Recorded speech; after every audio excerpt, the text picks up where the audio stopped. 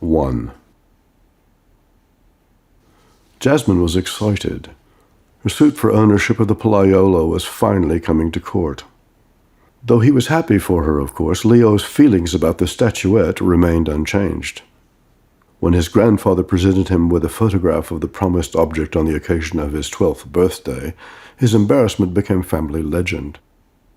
He hoped it didn't get to be evidence. Things were somewhat simpler. His grandfather having died in prison the year before, with him his countersuit Jasmine was now sole litigant via Albania. The family were sanguine. Were the generals still alive, at least one of them would have had to testify under oath to the facts of the matter anyway. It would, of course, be awful going to court. A few asked Leo what Jasmine wanted. Was it money? Leo explained money didn't come into it. She had ideas. Jasmine was a smart cookie. How she had bounced back after the Venice debacle was impressive, splitting with Dr. Harmony without acrimony and persuading him to trade her his interest in their gallery for her interest in their condo and a selection of works from their collection. How she had organized their meeting and setting the deal for the statuette in motion had been intoxicating. The night they closed, they met in the Rogner bar for what both had come to fear, without knowing the other felt the same, would be their last drink. It hadn't even been close. So, Miss Tagismini. So, Mr. Scandapoyo.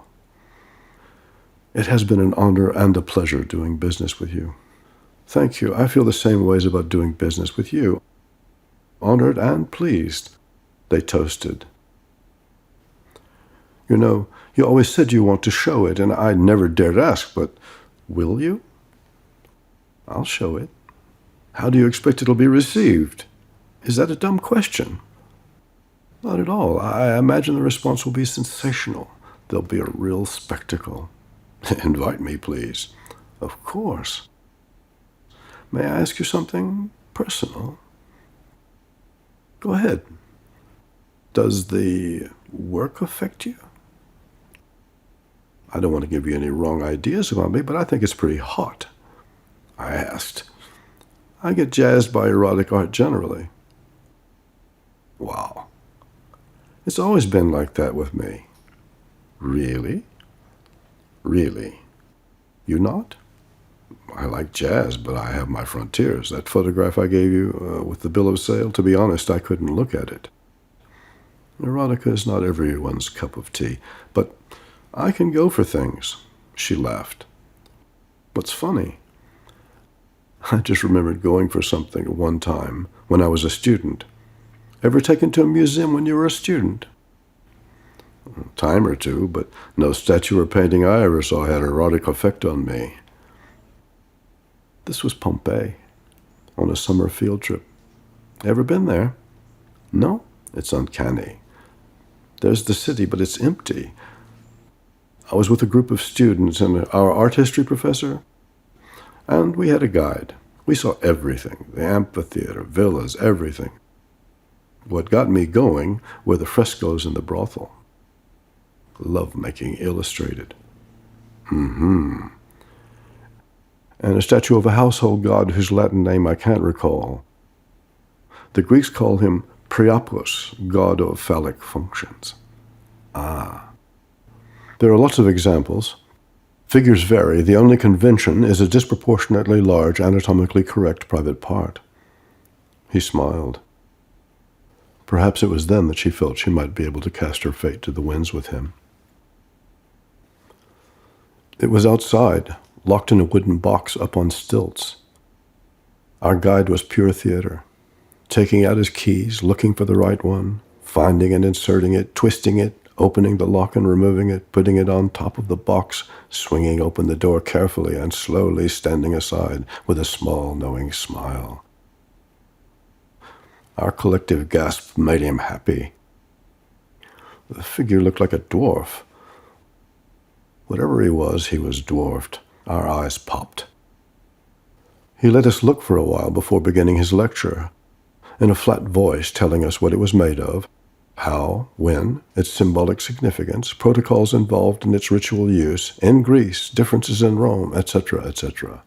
My head was swimming, his droning on, the statue, the images from the brothel, and it was hot. When he finished, he smiled in a weirdly friendly way and looked us over, making eye contact. Here, there, with a boy, a girl, this one, that one, happily never me. It was creepy.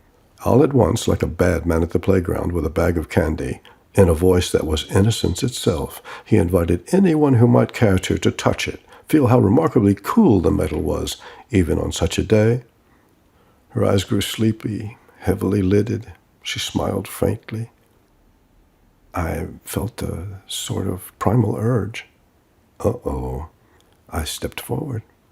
Our professor gasped. Leo laughed.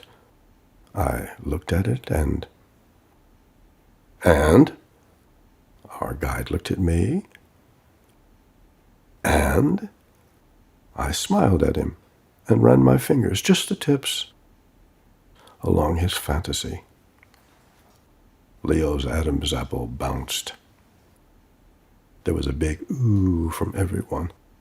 What did he do? Fell over backwards almost. She imitated him, eyes wide, mouth agape. Leo's laughter was sweet. It made her laugh. They laughed together. Without thinking, she reached and ran her fingers through his hair, looking at him tenderly, seeing the embarrassed boy. He melted. The happy couple's cottage was in the family compound in the countryside outside Tirana, a veritable fortress situated on a bluff. His rooms were in the west wing, hers in the south. The arrangement suited them well. Most mornings they breakfasted separately but lunched together, schedules permitting, and dined together in the evening as often as possible. They had their fun, too, of course, from time to time, in both suites. Jasmine adored fresh flowers. There was always a big arrangement in the gallery, and 3 at home, 1 in Leo's rooms, 1 in hers, the last in the library. She thrived on going to the Central Market. It was fun, arriving before dawn, the sights, the sounds, the smells. She loved stopping for a coffee in the Red Poppy Cafe after. Sipping her espresso one morning, something less than a month from her court date, out of the corner of her eye she saw Tyle talking and laughing with her old friend, Barry B. Of all people, talking to of all people. She felt positively ill. Back home she hurried to Leo's door and knocked softly. "Lofty." He was still in his dressing gown, reading. "Dearest?" "Sweetheart, please, do you mind?" "Whatever's the matter? Please come in." He put down his book and rose to greet her, took her hands and kissed them. They were ice cold. She appeared truly worried. "What is it, my love?" "I saw someone." "Someone? Who?" "I never imagined. The last person I hoped ever to see again, especially now." "That football player?" "Kiss me, darling." "I was in the Red Poppy. You know how I like to drop in there after buying flowers for an espresso, and there he was." "Heavens. Did you speak to him?" "No. He may not even know I saw him. I don't think he did. I hope he didn't. I acted as if I hadn't seen him. Oh, Lofty, it's so awful."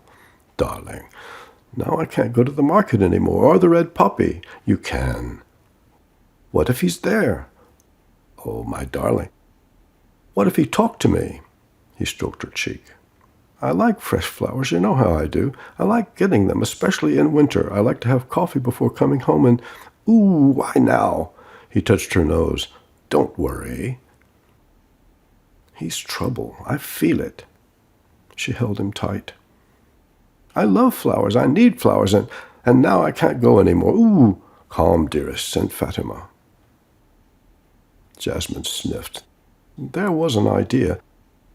"Oh, Lofty, do you think?" "Absolutely." "To see if he's there. If he isn't, maybe it was just a coincidence. See if it's safe to go back." "Oh, Lofty."